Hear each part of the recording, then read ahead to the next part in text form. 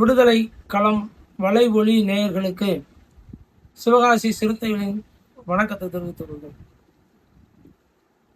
நடைபெற்றுக் கொண்டிருக்கக்கூடிய 2026 சட்டமன்ற பொது தேர்தல் என்பது மிகப்பெரிய சமூக மாற்றத்திற்கான தேர்தலாக இந்த தேர்தல் அமைந்திருக்கிறது. இந்த முறை நாங்கள் திராவிட முன்னேற்ற கழகத்தின் தலைமையிலான மதசார்பற்ற முற்போக்கு கூட்டணியில் விடுதலை சிறுத்தைகள் கட்சிக்கு 8 இடங்கள் ஒதுக்கப்பட்டு அதில் 2 இடங்கள் பொது தொகுதியும் 6 இடங்கள் தனித்தொகுதியும் வழங்கப்பட்டிருக்கிறது. சென்ற முறை இதே போன்று திராவிட முன்னேற்ற கழகத்தின் தலைமையிலான மதசார்பற்ற முற்போக்கு கூட்டணியில் அங்கம் வகித்த விடுதலை சிறுத்தைகள் 6 தொகுதிகளை பெற்று அதில் 2 பொது தொகுதிகளையும் 4 தனித்தொகுதிகளையும் பெற்றிருந்த நிலையில் நடந்து முடிந்த அந்த தேர்தலில் 2 பொது இடங்களை வென்றெடுத்து 2 தனித்தொகுதியையும் வென்றெடுத்து 4 எம்எல்ஏக்கள் சட்டமன்றத்திற்கு சென்று மிக சிறப்பாக சட்டமன்றத்திலே பணியாற்றி விடுதலை சிறுத்தைகளுக்கு மிகப்பெரிய ஒரு பேர் ஆளுமையாக திகழ்ந்து மக்களிடத்திலே வெகு மக்களிடத்திலே நல்ல ஒரு மதிப்பை பெற்று தந்தார். அந்த அடிப்படையில் இன்றைக்கு நடைபெற இருக்கக்கூடிய 2026 சட்டமன்ற தேர்தலானது மிகப்பெரிய சமூக மாற்றத்திற்கான விளிம்புநிலை சமூகத்தின் விடுதலைக்கான ஒரு தேர்தலாகத்தான் இதை நாம் எதிர்கொண்டு வருகிறோம். தலைவர் எழுச்சி தமிழர் அவர்கள் வேட்பாளரை தேர்வு செய்திருக்கிற விதம் இன்றைக்கு மிகப்பெரிய அரசியல் ஆளுமைகளையும் பத்திரிகை வல்லுநர்களையும் உற்றுநோக்க செய்திருக்கிறது.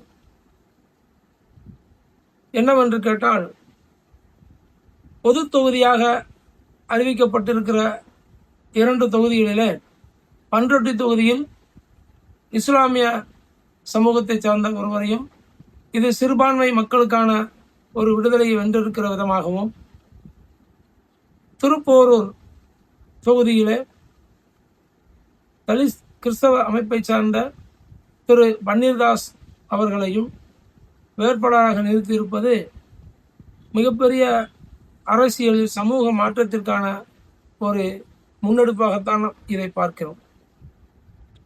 ஒரு பொது தொகுதியில் தலித் கிறிஸ்தவரை நிறுத்தி வெகு மக்களிடத்திலே வாக்குகளை பெற்று ஒரு வெற்றியை பெறுவோமையானால் இது மிகப்பெரிய சமூக மாற்றத்திற்கும் சாதி ஒழிப்பே மக்கள் விடுதலை என்கின்ற அடித்தளத்தை நிலைநாட்டும் விதமாக இது அமையும்.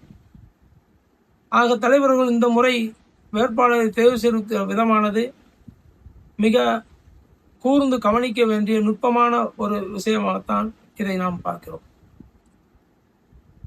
தலைவர் திருமாவளவன் அவர்களுடைய தொடர்ச்சி, அவருடைய அரசியல் நகர்வுகளை பார்த்து இன்றைக்கு காங்கிரஸ் பேர் இயக்கமும் மதுரை மேலூர் தொகுதியில் சாதிய அடக்குமுறையும் வன்முறைகளும் நிகழக்கூடிய அந்த தொகுதியில் திரு பி. விஸ்வநாதன் என்கிற ஒரு தலித்தை நிறுத்தி அவருக்கு வாய்ப்பு வழங்கியிருப்பது மிகப்பெரிய ஒரு சமூக மாற்றத்திற்கான ஒரு யுத்தியாகத்தான் நாம் இதை பார்க்கிறோம்.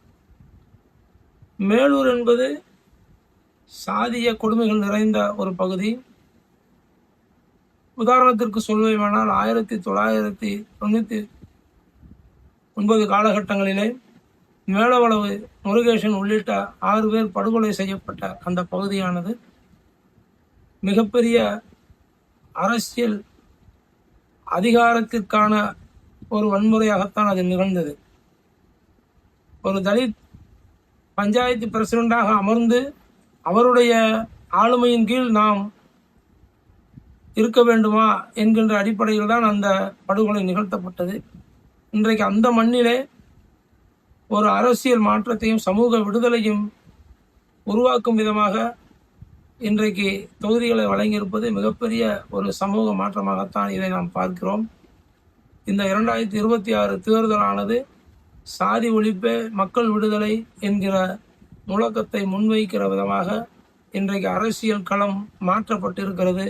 அது தலைவர் எழுச்சி தமிழர் திருமாவளவன் அவர்கள் எடுத்திருக்கிற முடிவின் காரணமாகவே இது நிகழ்ந்திருக்கிறது என்றுதான் நாங்கள் உணர்கிறோம். ஆக இந்த 2026 தேர்தலிலே திராவிட முன்னேற்ற கழகத்தின் தலைமையிலான மதசார்பற்ற முற்போக்கு கூட்டணி 234 தொகுதிகளிலுமே வெல்லும்.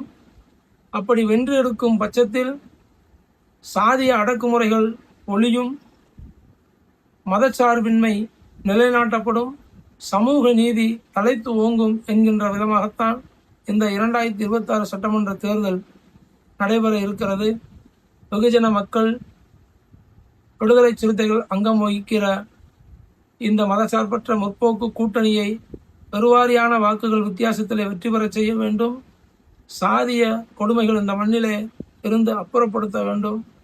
மதவாத சக்திகளுக்கும் தீவிரவாதத்தை தூண்டுகிற, வன்கொடுமைகளை நிகழ்த்த துடிக்கிற, மதவெறியை தூண்ட துடிக்கிற இந்த நாட்டில் வன்முறை காடாகவும் கலவரத்தை வைத்து ஆதாயம் தேடக்கூடிய அரசியலை முன்னெடுக்கிற கூட்டணியை இந்த தமிழ்நாட்டு மக்கள் அப்புறப்படுத்த வேண்டும் என்று விடுதலை சிறுத்தைகள் வாயிலாக கேட்டுக்கொண்டு, விடுதலை சிறுத்தைகள் களம் காண்கிற 8 தொகுதிகளையும் வென்றெடுக்க தமிழ் சமூகம் மிகுந்த ஆதரவையும் ஒத்துழைப்பையும் கொடுக்க வேண்டும். தொடரட்டும் ஸ்டாலின், வெல்லட்டும் தமிழ்நாடு என்று கூறி அனைவருக்கும் நன்றி கூறி விடுகிறேன்.